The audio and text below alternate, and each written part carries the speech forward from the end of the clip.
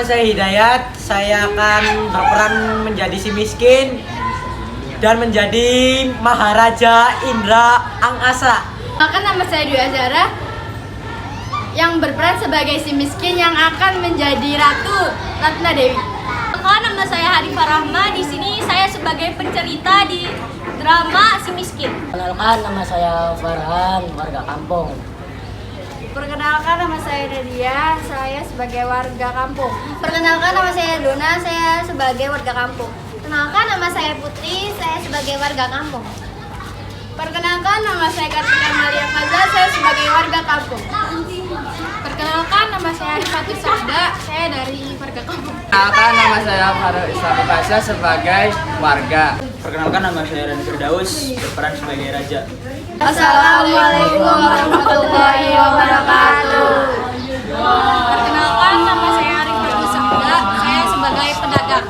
Perkenalkan, nama saya Magfira Ora Bilqis, sebagai pedagang. Perkenalkan, nama saya Nadia, saya sebagai pedagang. Perkenalkan, nama saya Dona, saya sebagai pedagang. Assalamualaikum warahmatullahi wabarakatuh. Perkenalkan, nama saya Zara Filia, saya berperan sebagai pembantu raja. Saya Wulan sebagai pembantu raja. Saya Firsa Adilia sebagai pembantu raja. Assalamualaikum warahmatullahi wabarakatuh. Perkenalkan, nama saya Ramadhani. Saya berperan sebagai prajurit. Perkenalkan, saya Muhammad Afgan. Saya prajurit. Pada zaman dahulu, di negeri Antabarantah, hiduplah sepasang suami istri yang sangat miskin karena disumpahi oleh Batara Indra dan sangat dibenci orang. Mereka dari kampung ini.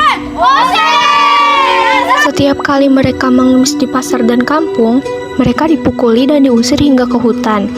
Oleh karena itu, tinggallah sepasang suami istri itu di hutan dan memakan batang kayu dan buah-buahan.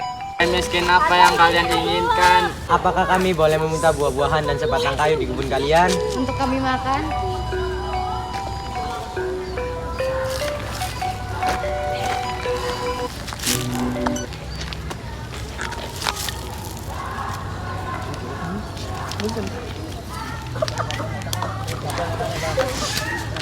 Oke, terima kasih. Setelah beberapa lama, istri si miskin hamil selama 3 bulan.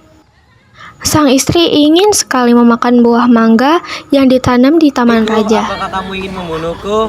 Kita tidak bisa mengambil mangga di kebun raja. Setelah istrinya mendengar perkataan suaminya itu, ia semakin menangis. Lalu suaminya berkata, Istriku, jangan menangis, aku akan mengambilkan mangga untukmu. lalu si miskin pergi ke pasar mencari buah mangga. Pedagang buah mangga pun bertanya. Hai miskin, apa yang Anda inginkan? Setelah sampai di pedagang buah mangga, ia ragu untuk meminta buah mangga karena ia takut orang akan memukulinya. Jika Anda mempunyai belas kasihan, berilah saya sebiji buah mangga busuk. Orang yang berada di pasar pun menjadi iba karena mendengar kata-kata si miskin itu. Saya mempunyai buah mangga untukmu. Lalu orang yang berada di pasar tersebut memberikan si miskin buah mangga. Istrinya pun menangis dan tidak mau makan jika bukan buah mangga yang ditanam di taman raja dan berkata, Biarkan saja saya mati. si miskin pun sangat terpukul melihat perbuatan istrinya. Kemudian ia pergi menghadap Maharaja Indradewa, lalu ia masuk ke dalam dan baginda raja pun berkata, Apa yang kamu inginkan? Tuanku. si miskin pun menjawab sambil bersimpuh, Hamba datang ke sini ingin meminta buah mangga yang sudah jatuh. Apa yang ingin kamu lakukan dengan buah mangga itu tersebut? Untuk dimakan, tuanku. Tolong ambilkan satu buah mangga. Kemudian diambilkanlah buah mangga tersebut untuk si miskin.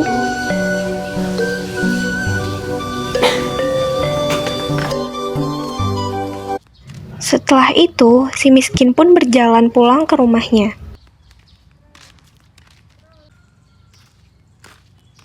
Setelah dilihat oleh sang istri, akan si miskin datang membawa setangkai buah mangga, ia pun tertawa senang sambil memakan buah mangga tersebut.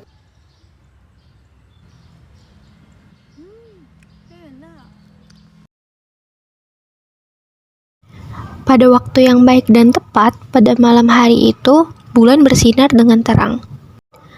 Kemudian, pada waktu itu juga istri si miskin melahirkan seorang anak laki-laki yang sangat baik dan tampan.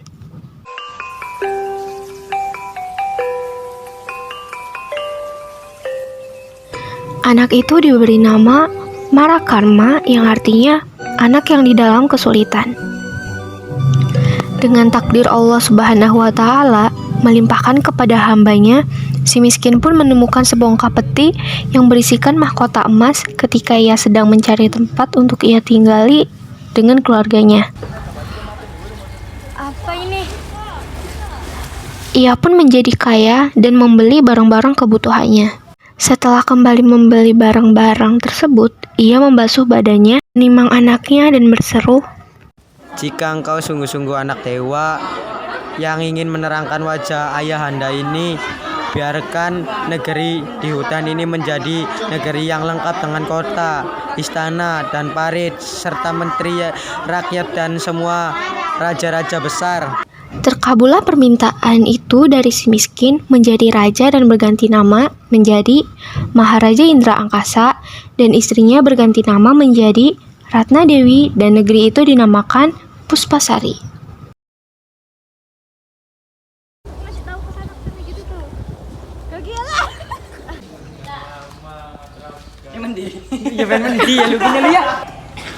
Ini saya mempunyai buah naga untuk membuat naga. Wis kan?